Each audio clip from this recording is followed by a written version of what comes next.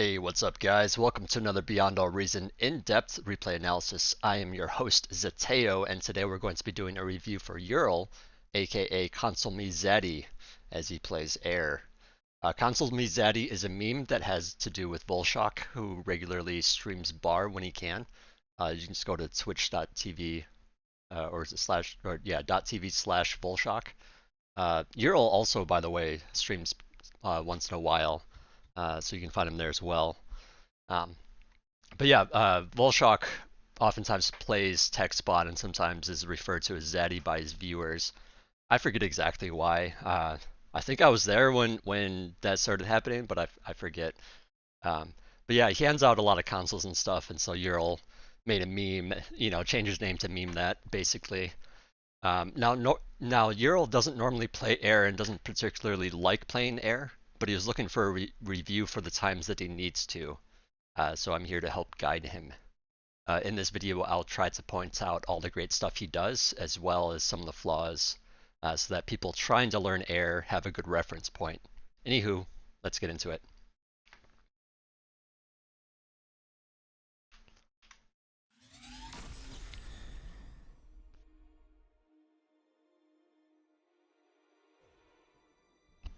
Now, I did take notes ahead of time. I did watch this one ahead of time, so I'll try not to miss anything. Um, so right away, I want to note. Um, oh, he hasn't yet. Okay, never mind. Basically, he's about to ask if anyone wants to transport, unless he did already. No, okay, right. Uh, he's asking for a ground constructor. Pretty typical for an air player to ask for the ground constructor, to help boost up, ground economy, especially if they're going to open with an air plant. Otherwise, you could open up with your own bot lab to get a couple of constructors, but it's always going to be a little bit faster to just like buy it from somebody else. And it's also very important to ask for if anybody wants a transport, so that you can provide that for them, which I don't think he has quite done yet, but I believe he does so in a minute. Also notes, a lot of the time when you go 3 mexes, you can't just put down a wind turbine because you'll stall. So generally you only want 3 mexes if you're going to go solar. But in this case, because the third mex is further away, and because of that walk time, he builds up enough energy to be able to do this. So now he has that energy coming in to get these wind turbines. Okay, so here he asks if anybody wants a transport. Very standard stuff from the air player. Very, very important because transports can help transport a commander to the front. And in the hands of a good player, like that can be a big deal. Instead of having to walk the commander slowly up there. You just got to be really careful because if there is anti-air or something and your transport gets shot down, that's a dead commander.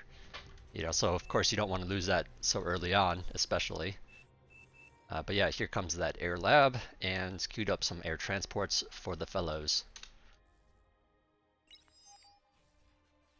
But yeah, he also wants that constructor to be able to do stuff. Having a transport of your own is also very good. Transport your commander around, transport your constructor around to grab mexes and stuff like that. So all really good stuff. Asking for that constructor. Air cons do not have a lot of build power, and they take a while to build, so that's why you generally want a ground constructor. I forget to ask sometimes when I play air. Okay, so there's the transport from him. So he's transporting the constructor up to the top here to grab these mexes. Very important. One thing I will say is this could be maybe grabbed pretty soon too. And the air lab is idle. Now this mex, it's only 1 mex. It's not like the hugest of deals. But if you had a second constructor, like if you had built your own bot lab or something, I would prioritize that. But in this case, since he only has 1 constructor in the commander, it's good that the commander is building wins at the moment, because he's going to need that energy for air, because air takes a lot of energy.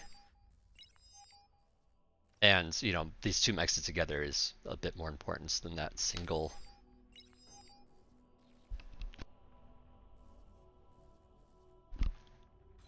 Alright, so just straight up going into fighters.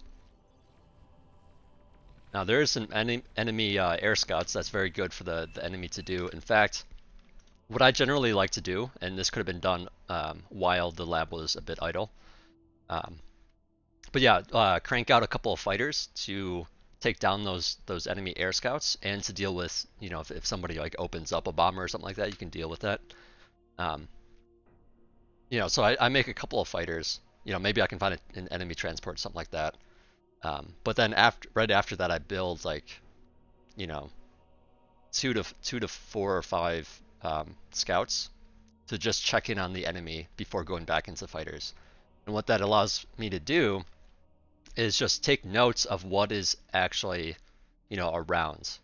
You know, and ground players, you know, the players playing fronts can build their own scouts to like check things out too on their lane. But doing that as an air player, you get to see all the back players and see the bases a little bit more easily. I think it's very important to do so that you can, you know, so that the front players can basically take notes of, you know, what the enemy is doing. You know, because if they're going hard into eco, that means you can push forward a little bit further. You get to see like where the enemy commanders and see how far forward they are. You know, you get to see if they're opening up like a ton of scouts or something like that. You know, a ton of ticks or something. You know, so all that information can be very, very useful.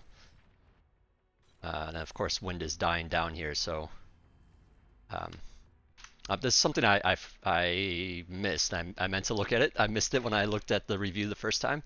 I'm just not sure how the energy or like how the wind was when you produced this construction turret.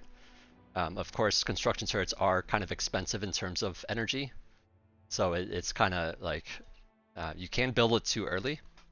But at the same time, in this situation, it's like, well, you got your con, you put down the construction turret, and then you're immediately moving it out here to get the mexes. So even if energy was kind of lowish, like it's still a reasonable play because you want to grab these mexes ASAP. And by the time, like if you were to build the mexes first and then come back for the construction turret, it might be too late. So this is kind of okay regardless. Now this energy storage is being built while the energy is too low, I would say. A little bit of stall on here. Not much, just a little bit. But a couple more wins would have helped that out a bit, essentially. But yeah, now that the figs are out, no scouting, unfortunately, by Eural. But yeah, after a couple of figs, it looks like you're going straight into getting out a handful of shurikens. And so I think you got 2 out so far. Well, actually more than 2 now that you've been producing. You got 2 just right there. Third one here, and okay, so you got like 5 total here. Reasonable opener, you know, just deal with some of the front supported a little bit. Now with shurikens, you have to be very careful of enemy commanders because they have a pretty, you know, their laser is quite strong against shurikens because they don't, you know, the shurikens don't have a lot of hit points. You know, it's like one laser shot takes out a shuriken, I believe. So if you're going to use them on the front, avoid the commanders. You know, just do it, you know, in certain situations.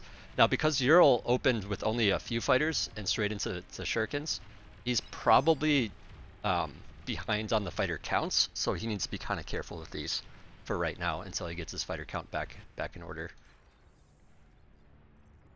You know, so like against a stronger air player, I would say that these shurikens are a little bit early, but I mean, if a side breaks really quickly, really soon, or really early on, I should say, you know, those shurikens can help you know, deter and push back. And you just gotta be really careful about the enemy fighters in that kind of situation. Because the enemy fighters, like this early on, can generally just fly over stuff and you know, kill those shurikens off. Which is kind of risky by the, you know, the enemy air player as well, but you know. Dark Pink here doing a nice job pressuring Blue here, helping his teammate out. Gets a little pressure of his own, you know, as this guy starts pushing in here, but looks like that's being held reasonably well. Yeah, so they're doing all right. All right, so Eural decided to build a few bombers here. So let me just look, I guess looking at the fighter count, I wouldn't quite feel comfortable with this, just because you don't have as many fighters, and it's very common for a lot of players to just build fighters on repeat. You know, so it's kind of hard to use these bombers effectively, but we'll see what you are able to do with it. It's like about 4 or 5 bombers here. I mean, don't get me wrong, they can be useful, but you got to be careful if you know, the enemy air player responds well. Actually, your fighter count is growing pretty well. It's being reasonable, so there's that. Back at base here, you are adding on some extra wind turbines, so that's great. Want to keep adding them on, just because you're going to want that energy later on. And you know, on a lot of maps that the wind is pretty reasonable, so slow building some wind turbines is not going to be too bad. Alright, so just kind of chilling. I like the fact that you moved your commander to the front here to help this player out. You know, with all the support, this is going to be really nice. You know, just to have that extra D-gun. And just help build stuff. And repair. Repair, very important. Could help repair a little bit. So I think you're trying to find a window for your bombers at the moment. Or at least just keep them on standby. Okay, so you got a couple of advanced solar collectors here. And a couple of this is probably when the wind was low, you built a couple of these. Which is fine, totally fine. You know, I'm sure you'll reclaim them later. I mean, this feels like a lot of energy at the moment. I mean, which is good. It's good that you have a lot of energy. But I would say, like, you probably could have gotten away with not doing one of these. And I say that because wind is very low and you still have enough energy. You know, so when the wind is high, you're going to have so much excess. And so I feel like a couple of converters would be okay here. And or to get rid of one of these solar collectors. You're going to want those solar collectors later probably, but, you know. So here with the T2 mexes, since you're upgrading, I feel like you probably have the APM to do this a little bit more efficiently. I mean, if you know, one of you guys watching, you know, don't have the APM, this is a fine thing to do. You know, to have all these things like this, especially because there's a bit of metal, you know, in the bank. But ideally, you would basically want to build one of these to near completion, then start the second one. Like, you only want to cut out the walk time. You don't want to just, like, you know, touch each one and then move on. You know, the reason being is now Eural's build power is split between these two mexes. It's about to be split between a third. You know, third construction turret just went down to help with this. But yeah, again, ideally, you know, one at a time so you start getting that metal income sooner, because now you're out. And in fact, you could probably eat the lab to do this. It's a good thing that he has it paused for now.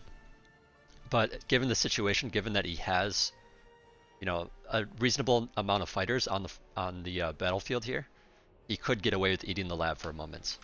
And then just rebuilding it after. He has, you know, 3 construction turrets here to build it back rather quickly. Okay, so even transporting the T2 constructor up to the top here to tap these 2 mexes right away. And this construction turret was moved up here as well. T1 transports can move construction turrets, so very big help for the air player to do stuff like that.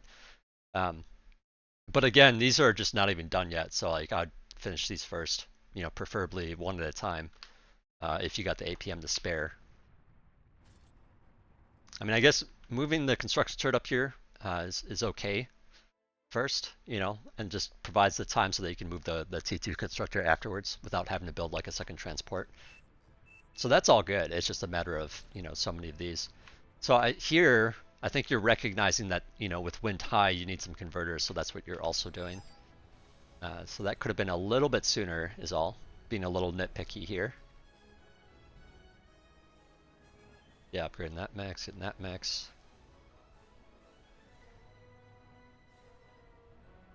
Yeah, now that the T2, you know, your first 3 T2 mexes are done, if you did reclaim the lab to build those faster, you'd want to rebuild the lab at this time. Start producing those figs again.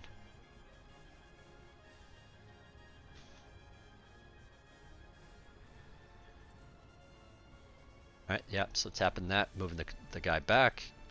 Having a second construction turret here is fine. Overall, pretty good micro with your construction bot. Tapping this mex now. Yeah, so now that these mexes are done, you know, now you kind of need more energy. So here I would, if you're gonna go so far into building all these T2 mexes, I would recommend building a few more advanced solars at this time, just to be able to compensate for all that extra metal income. And then a fusion afterwards. And the reason why I would do that is because to get the fusion, you're going to need the energy and build power. Or I should say, you're going to need you're going to want build power to spend that metal. But in order to utilize it, you need more energy, basically. So a few more advanced solars here would be good. And I think you're going too far with the converters here, considering you just got T2 mexes online. Like, it would have been useful earlier to have the converters, but now that you have T2 mexes, it's sort of like you're going to be using that energy as soon as you build on some more build power.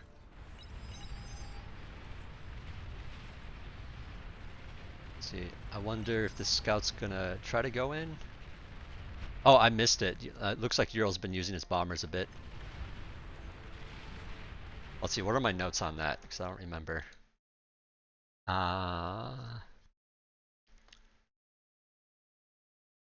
did I talk about the reclaimed solar? I might have missed it. I don't actually remember. Oh, I think I did. I mean, the fact that he reclaimed them a little bit too soon, while wind was low, he kind of needed the energy, basically. Yeah, before reclaiming the solar, I'd recommend getting like one A solar first, just to like, you know, tide you over a bit.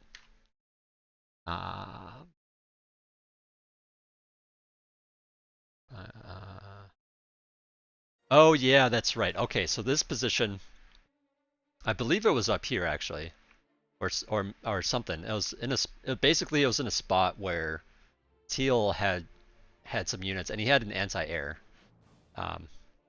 you know, on the front, and Zero decided to try to bomb there, and it basically wasn't a great idea because of the anti-air, and so you want to always check the anti-air first, because the bombers take a little while to build. They're a little bit more metal expensive, you know, so it's sort of like you want to use them, you know, as best you can, and with the few bombers that you had, you know, the anti-air is easily going to take care of it.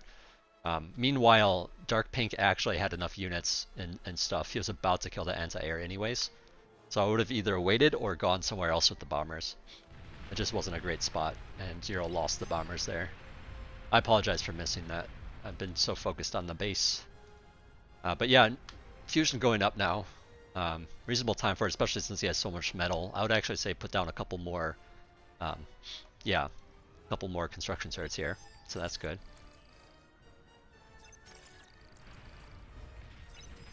Fast build it. You got all the metal in storage.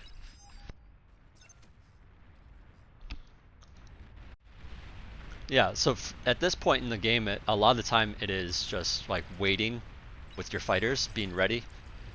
You know, and in some cases, like, so in this situation, you have decided to go more economic focused, which puts you in a much better position late game. But in some situations, the enemy air player will just produce like a bunch of bombers, and so you need to be careful and ready for that. You know, they'll have like a bunch of fighters and a bunch of bombers, and so it's very important to be very vigilant at this time. Now Eural, I you know, watching his streams and whatnot, he does a lot of zooming out and zooming in and zooming out, and you know, just part of his personality that he does that. But it's actually a really good thing to do if you're able to like keep track of what you're doing and like continuously zoom out and just see what's going on and zoom back in, do a little bit of work, zoom out, you know, just to see what's going on. So I think Eural, you know, should have some really good awareness of what's going on, given that he zooms out so often. Here's some enemy fighters come in. His fighters very easily clean it up. Big mistake by the enemy player, because that was basically just like giving away fighters for not too much. I mean, it's good to scout, but scout with scout units, because fighters can't really see that far. Alright, so fusion's done, couple of converters, T2 lab going down, and now there's this big push coming in here. So he's going to want to support that. Now he should know that he's up on fighters, especially after that, the enemy kind of throwing away a few fighters there. So he could produce some shurikens, to counteract this. Now, of course, I mean, I don't know, maybe Eural saw that there's some Jaguars in here, so maybe he's decided not to do that for that reason. But he's decided to go straight into a T2 lab here, which I think is a really good plan in this situation, because you can fast build it now that his fusion's done, and start producing some. Yeah, I was actually just gonna say I don't know if you really want that fusion right now if you're trying to quickly build some wasps to deal with this. But yeah, wasps are a great choice. Defensively, gunships are a great choice. Offensively, not as much, but you just don't want to bomb your allies. So I'd definitely say go wasp, especially if you can't micromanage the bombers to avoid attacking friendlies. So yeah, wasps coming out here, gonna deal with this pretty well. There's some anti-air coming in, so you have to be careful. Some ground anti-air, I should say. But looking at it, they're not doing a lot of damage to the wasps, so they're probably T1 anti-air. And now the enemy air player has fighters coming in, and you respond with your fighters. Now these are T1 fighters from the enemy, so like, it's gonna take a second for the wasps to get killed off here. So reasonable timing. Now the one thing though that's quite important is Eural lost a bunch of T1 figs here, which is a big deal. It's probably the biggest mistake here is, first of all, losing those fighters, but secondly, is he transitioning back? Not quite yet. So when you lose your fighters like that, and you don't have any anti-air in your base, and your allies don't have anti-air, it's imperative to get anti-air of some kind immediately. Like switching back into the fighters right away, or just having some static anti-air. And in fact, I'm trying to mix in some static anti-air rounds now, with this kind of economy, because if enemy fighters, like if the enemy fighter or enemy air player, was a strong air player, in some cases they can just fly in with some fighters, park it over your base, and now you can't produce your fighters, or you can't produce air at all because they just get killed off, and now you have to scramble to get enough anti-air to deal with it. And at that time, sometimes they have like a bunch of bombers that have been like, waiting for a good opportunity. Well, right now is a very good opportunity for them to bomb you. And so this is very, very dangerous that you don't have the anti-air, because that basically would end the game right then and there, against a really strong opposing air player. Because in that kind of situation, if you're bombed and you're like trying to recuperate, well, now that air player has full dominance over grounds, and even if you tell your allies, like, hey, look, build anti-air for yourself, they don't always do it, and then they get bombed, and then the game ends. So it's very, very important.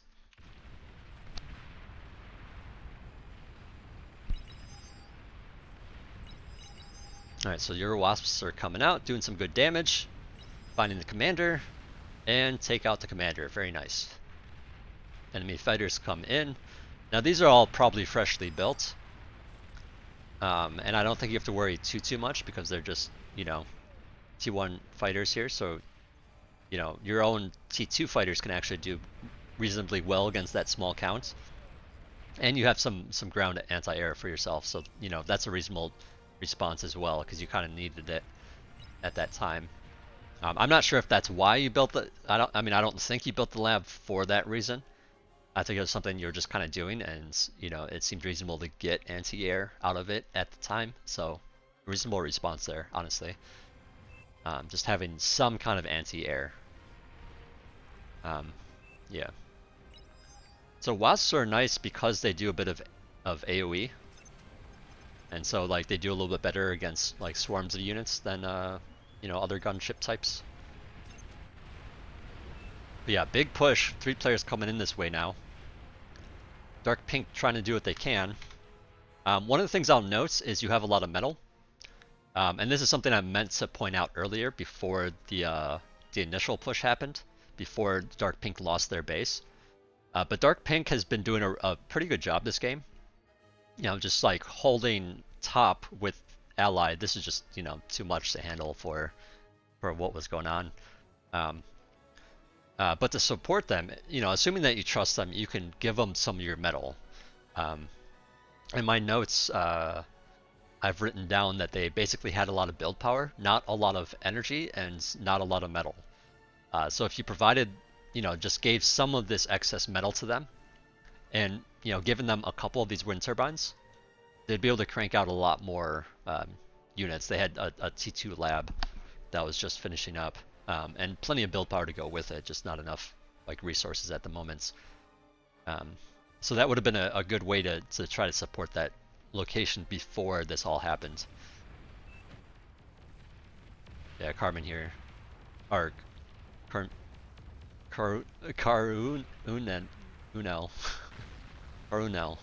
Sorry, I apologize butchering the name. But yeah, lots of anti-air from you.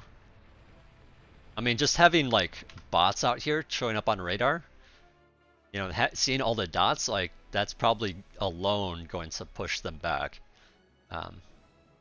Now, they don't know that a lot of these are anti-air, but, you know, them just seeing all the dots, it's kind of a lot, right?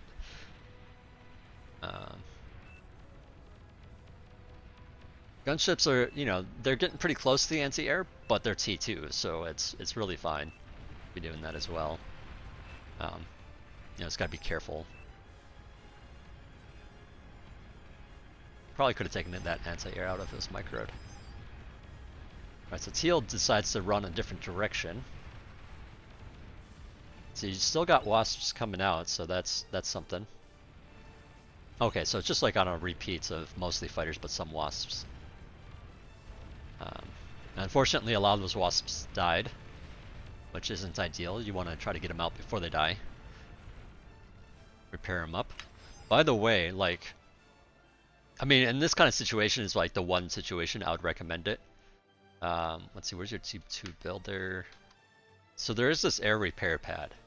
And I don't usually recommend it because things can die rather quickly, and it's kind of annoying having units just like automatically return to your base when you want them to fight. But having the repair pad and allowing your wasps to regenerate, actually not bad. It's only 400 metal, so it's really not that big of an expense at this point, since you have all these mexes. By the way, I like the fact that you got a T2 lab here. Got your anti-nuke, covers 3 players, that's pretty reasonable there. You got 3 fusions. What was I gonna say here? Let me just check my notes real quick. Let's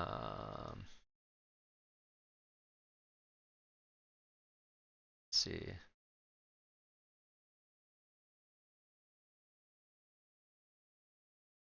Okay, so yeah, I like this choice because it's like you're grabbing all the mexes and stuff.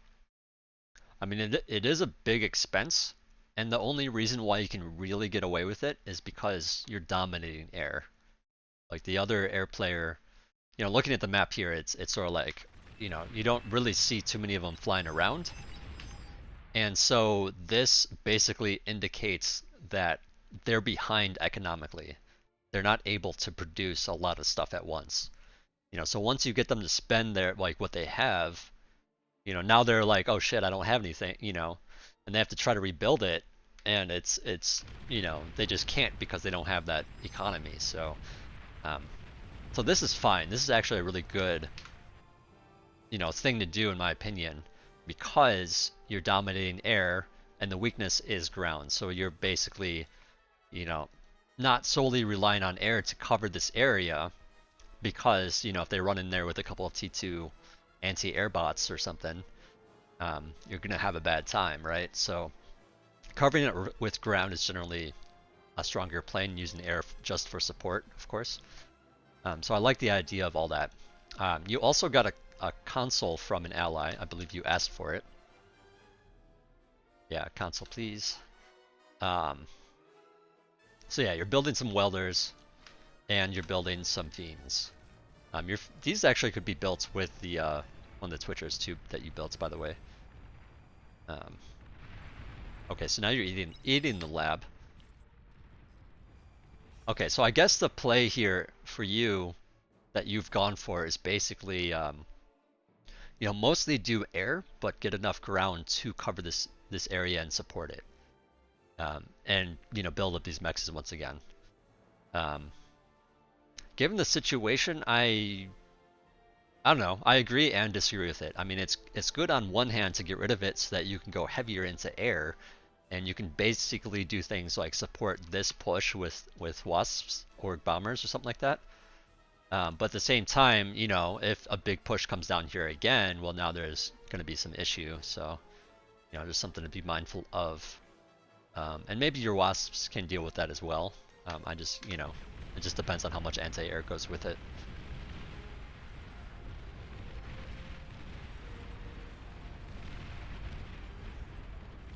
Yeah, this is a very reasonable thing to do too. Is just like kind of move forward with these bots.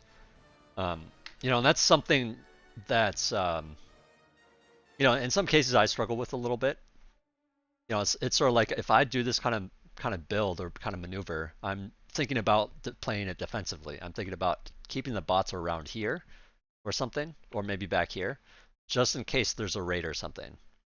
But as it is, these players are basically trying to find the hole, and or if they need to defend somewhere, they send their units down there. For example, in this situation. So basically that leaves this section kind of open. And I'm not sure if blue has some stuff here, but testing the waters is a good idea in that kind of situation. Especially because, basically earlier on, I believe it was these three players saw that this was a weak spot and pushed everything down here, through this area. So this is, a fairly weak area, and now that didn't work, they're looking for other places to hit. They're looking for places that they need to defend, and so their attention is, at the moment, it seems to be more down here. You got your purple player, kind of in this zone. You got your blue player trying to deal with yellow here. So you don't really need to sit defensively because, there's a higher chance that they have less stuff in this region to defend with. So I'd call that all reasonable. I would say here you could add on some more build power, especially since you got rid of that lab and you're just like getting T1 units with the construction turrets you have here. It depends on where you want to support. You could put it there, you could put it here. One thing actually I should also mention is that when you build this lab, I would recommend building it in your base, because basically you're having to build extra construction turrets for it, and if you put it in your base, like oftentimes I hear the argument like put it somewhere else, because you want your build power to support this, or your base build power to support this and whatever else you're building around it, right? And you want this to be a separate thing. But I would actually argue, well, that's an okay argument, and that works out okay, but it means you're going to be slow building it. And so that's why I recommend putting it here, so you don't have to build that some extra construction turrets. What was I going to say? Yeah, so I'd build it here to build it up faster and being able to deal with the situation up here a lot easier or a lot sooner, essentially. And that basically means like taking your build power and microing it. If you want If you want to get all those T1 units out quickly, maybe select like 4 or 5 of these construction turrets, put it on that lab, that T1 lab, to get those units out quickly. And then if you want air, then you tell them to go back to air, or something like that. Now that way it's all around here, which is I guess what I try to preach a little bit, because you did get this lab a little slowly.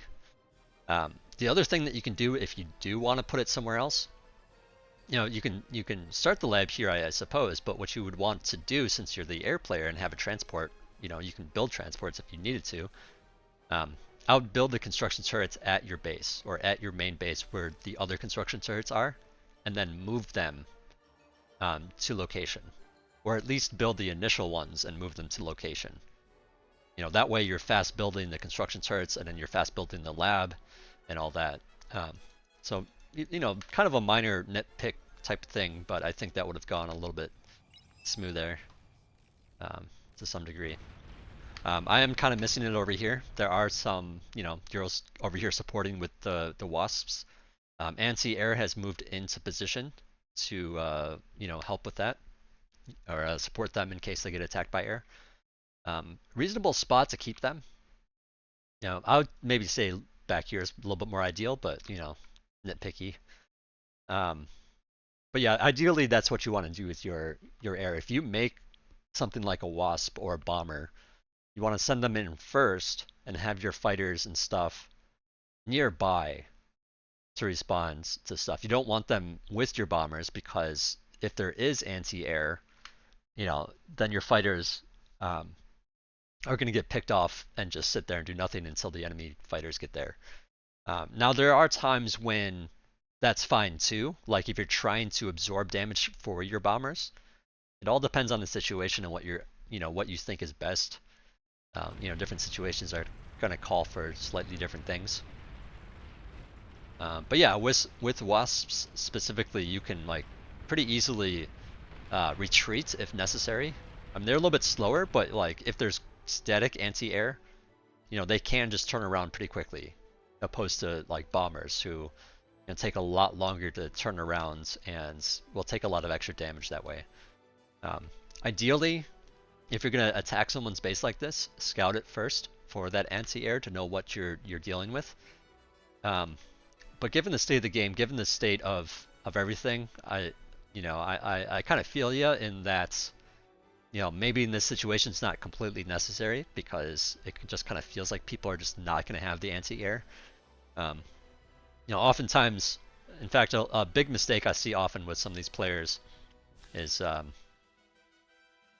like when there's a weaker air player on your team, it's kind of important to get some static anti-air of your own, especially when the enemy air player is being rather aggressive at times. And I think that's just a matter of, a lot of air players are not that aggressive. Don't do a lot of things like they build the fighters and call it, kind of. So you don't feel like you need anti-air in a lot of situations, but it's quite important to add it on, at certain stages, especially when your air player is a little bit one of the weaker players, lower OS players, I should say. But yeah, nice job overall with the wasps. Let's move it in, killing some stuff off. Nice little push up here. You're coming up here, seeing that there isn't really much of anything, so you're able to just kind of keep pushing. I don't know if you've noticed that these are just all anti-air here, but you could actually go for that if you saw that. Just kill them off so that you can do some more stuff up top too then. So there's the response. Bottom got cleaned up a bit, but you guys did a lot of nice damage. And yeah, pretty solid game overall. I mean, you scaled up really well. You dealt with the threat with the wasps. You even got this bot lab and a T2 lab to help support it a bit. You did things like move your commander to the fronts to like degun stuff and help like assist raids, against raids, I should say. A lot of good stuff like that. I'm just kind of looking over my notes because I believe this game's going to be over pretty shortly here. And yeah, it's like Teal's coming out here to deal with the grounds, but then it's like there's also air support, so like the 1-2 punch is a bit too much, as you know, players don't oftentimes mix in anti-air when they do things like fiends, because they're just not thinking about it. In this kind of situation, it's sort of like, you know, even if it was just fiends, it wouldn't quite be enough anyways. So I can understand skipping the anti-air. But yeah, a lot of good gunship play here, for sure. And I think you did, you know, it had a lot of impact this game. It doesn't seem like it doesn't feel like it because you didn't get like some amazing bombing run or something like that. But like, you know, you straight up stopped the push that was up here. You know, you saved the day up there. You did a nice little wasp attack down here not too long ago. Um, you know, wasps are just great units, and you know, in this kind of situation where you're dominating air, switching into anti-ground is a nice addition. You know, just support those players. In fact, let's kind of look at what this air player has. Yeah, this air player is so far behind where you're at, so they can't really have nearly as much impact. In fact, going straight for Aphis, that's a mistake, by the way. Like, you guys desperately need that anti-air. But yeah, with this game wrapping up, let me just look over some stuff. So yeah, overall, like, you know, some of the stuff was just like base managing type stuff. I'm gonna pause since it just ended. Um, you know, moving basically with the T2 to transition, I think was kind of a mistake hitting all the mexes like you did. You know, ideally, you know, upgrade one first, and then when it's like 90% done, I mean, depending on how far the next mex is, you know, get it mostly there, then do the next mex, so that your builder gets there, you know, as the first one's finishing up, essentially. You know, just moving on like that, if you have the APM for it, um, type of thing.